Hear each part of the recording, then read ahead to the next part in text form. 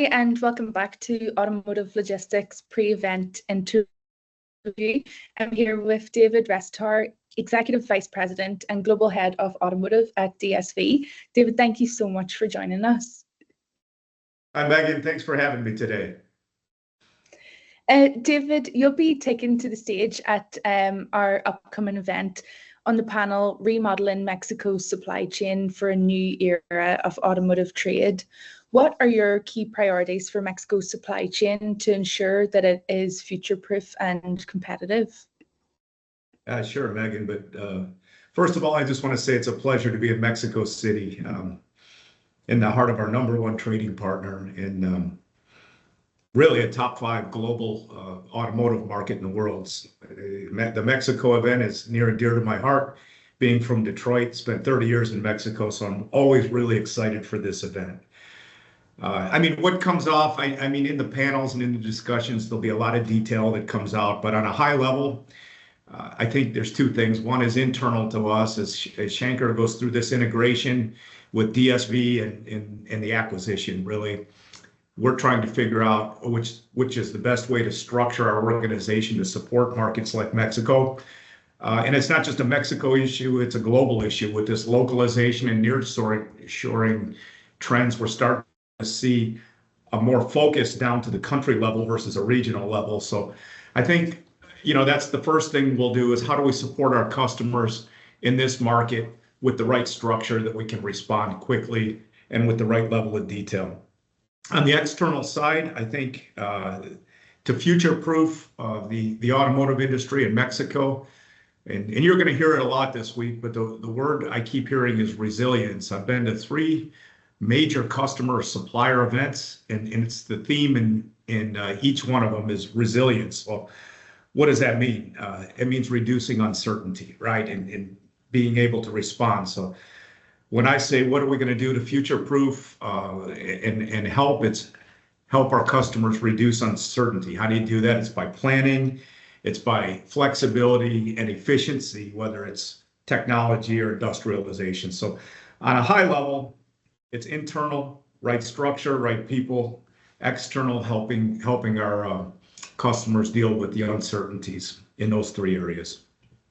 Yeah, definitely. And definitely we'll be hearing a lot about resilience, as you say. What challenges do you see in Mexico's supply chain specifically, and how can they be overcome? Obviously, you've spoken a bit about resilience, but any other ways that these challenges can be battled? Yeah, some of the challenge, there's the obvious ones, the infrastructure ones, and I think those have been talked about. So, some of the other more interesting ones, at least in my mind, is really the change in material flows and things, right? If you look at Mexico, a lot of with tariffs and some of the uncertainties out there, some of the flows to the north are impacted, right? And Mexico, I think, is going to have to learn and adapt to maybe a different flow structure and maybe develop themselves more and learn to be more independent instead of just depending on exports. Right now, I think 81% of the exports, the vehicle exports produced in Mexico go to the US, right? I was at a major OEM in Puebla 3 weeks ago, and they said they're launching a massive new car line next year, rest of world, not US. Nobody, so they're scaling back exports to the US, and they're going to increase production from their US-based plants. So I think what you're going to see in Mexico is a change in flows. Maybe this north-south traffic, more north traffic will be slowed down, but more global, more international flows into Mexico. Probably the other one is that's interesting out there is electrification, right? With the electrification, it's developing a whole new language for us in auto. You've got batteries, high-tech components, you've got minerals, raw materials. So it's really changing the landscape of the traditional iconic automotive suppliers and the types of products and services we have to do to support. So it's hazmat, it's regulatory and things like that. So as we expand into electrification, Mexico's traditional automotive supply chain is going to reinvent itself as well. And probably the third and last one, the challenge I would highlight is cost pressure. I mean, it's everywhere right now, but even in Mexico, I mean, Mexico was viewed as a low cost region, right? And now the costs are going up in Mexico. So Mexico has to learn how to run a little more efficiently. I mean, when you come from a North American manufacturing plant or operation and go to Mexico, you notice there's more people in those plants, more labor, things like that. So they are going to have to challenge themselves to become more industrialized, use more technology, more automation, and stay competitive to the other markets that are now competing. Like North Africa or Mekong or Southeast Asia, right? So those are the three challenges I think that I would highlight. I mean, Mexico has a lot of challenges, but those are the three I would talk about in this call. Yeah, yeah. And then on the flip side, what opportunities do you see in Mexico's supply chain, and what investment is needed to ensure that those are taken and followed through successfully? Yeah, sure. I mean, there's lots of opportunities. I mean, depending on what you read, Mexico's going to grow, I don't know, 7% on the low end in the next few years. I've read things that could be as high as 10 or 11. So they're going to grow as high or higher than the base auto market globally, right? Because of this, I mean, DSV has made Mexico development a critical part of its automotive vertical strategy, right? But the opportunities I see with the localization and nearshoring, the segment that's growing the fastest is this contract logistics warehousing piece. So you're starting to see a strong demand for inbound to plant production metering centers, final mile delivery, a lot of visibility, real-time visibility requirements, critical final mile using hybrid AI, route optimization technology, things like that. So basically what I'm saying is it's everything kind of from the shore in. I'm seeing as opportunity right now, and that's what our customers are coming to us for, solutions. And the other part of that, with the massive influx of vehicles coming in from China now into Mexico, you're starting to see strong demand for aftermarket and parts distribution center operations. So that's, I think, where the opportunities are. What investments needed? I mean, digitalization is the big one, technology, right? So, the big word I'm hearing, is efficiency. I mean, you're looking at efficiency both from logistics service providers on how we use AI, Internet of Things, different areas to improve our data, our accuracy, our real-time visibility, but it's also our customers. I mean, the manufacturing plants have to automate, digitalize, make themselves more important, right? I mean, at a major OEM supplier day, and that was the theme of the day, and they weren't pushing this just for themselves. They were pushing this to their whole production supply base, saying you need to challenge yourself to become more modern, more efficient.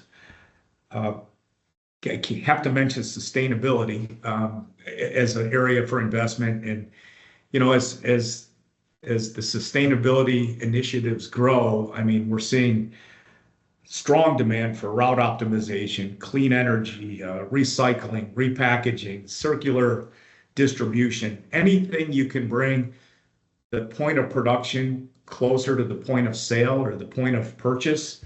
You're seeing the supply chains constrict a little bit because companies are trying to meet sustainability targets or objectives. They're trying to reduce kilometers traveled, miles traveled, but also they're trying to invest in either urban delivery systems that are electric, or like I said, route optimization. And probably the last one for an investment is just this security, right, in Mexico, whether it's physical security of protecting a truck or a load, which is an issue. I mean, I just had a customer call me, and they're kicking off a whole security program because their insurance companies are raising their deductibles almost double now, right? So this is a major problem. So security needs major investment in Mexico. And then the other part of it's the cybersecurity, right? This has become a bigger and bigger issue. And I don't know if you read some of the headlines, but even DSV had an issue a couple weeks ago, right? Wasn't too serious, but it's out there. And, so security is another area that needs major investment. And, of course, listen, everyone talks about ports, roads, borders, crossings. That's all there, but I just try to pick out maybe some of the different ones. Just the other point, I think the second part of your question is where should the investment be focused? Mm-hmm. And you have to talk about people a little bit, right? So they talk about developing logistics 4.0 talent, right?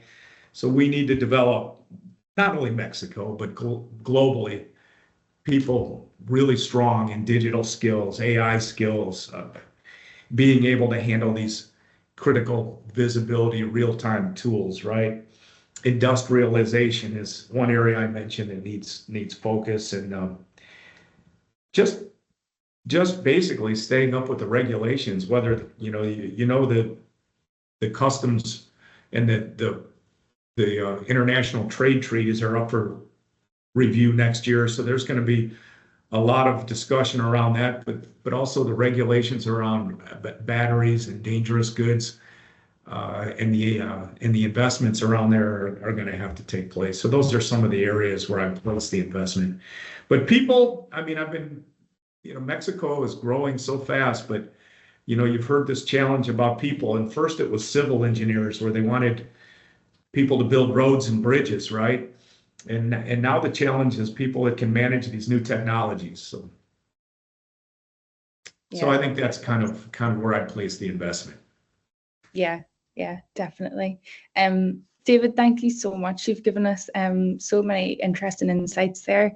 And we're so excited to see you at ALSC Mexico. No, Megan, thank you. I certainly enjoyed the discussion, and talking about automotive supply chain in Mexico is always fun. So really look forward to the discussions in the coming week. Thank you very much.